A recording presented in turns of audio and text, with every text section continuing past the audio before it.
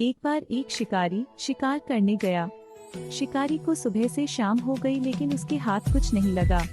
अचानक शिकारी के जाल में एक कबूतर फंस गया। शिकारी उस कबूतर को देखकर बहुत खुश हुआ और शिकारी कबूतर को अपने साथ लेकर जाने लगा। रास्ते में कबूतर ने शिकारी से पूछा, तुम मुझे कहाँ ले जा रहे हो? फिर शिकारी बोला, मैं तुम्हें अपने घर ले जा रहा हूँ, मैं तुम्हें पकाकर खाऊंगा, बड़ा मजा आएगा। शिकारी की बात सुनकर कबूतर कुछ देर चुप रहा और थोड़ी देर बाद उससे बोला, मेरा जीवन तो अब समाप्त होने वाला है, लेकिन उससे पहले मेरी एक आखिरी इच्छा है। शिकारी ने कबूतर से पूछा, बताओ अपनी आखिरी इच्छा, मैं उसे पूरी करूंगा।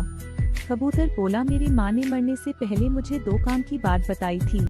मरने से पहले मैं तुम्हें वो बातें बताना चाहता हूँ, शायद तुम्हारे कुछ काम आ जाए। पहली बात, किसी की भी बात पे बिना सोचे समझे विश्वास नहीं करना चाहिए।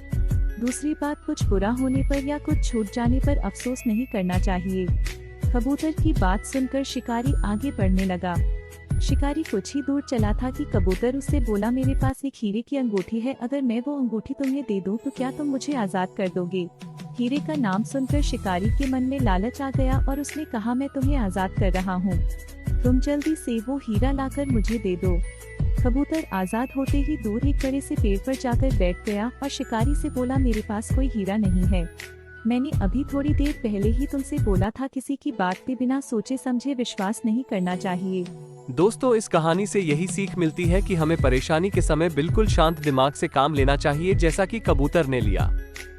हमें कभी भी कुछ बुरा हो जाने या कुछ छूट जाने पर दुखी नहीं होना चाहिए, बल्कि अपनी उस भूल से सीख लेनी चाहिए ताकि भविष्य में कभी ऐसी गलती दोबारा ना हो। थैंक्स देखने के लिए। कैसे लगे कमेंट में बताओ। Subscribe my channel.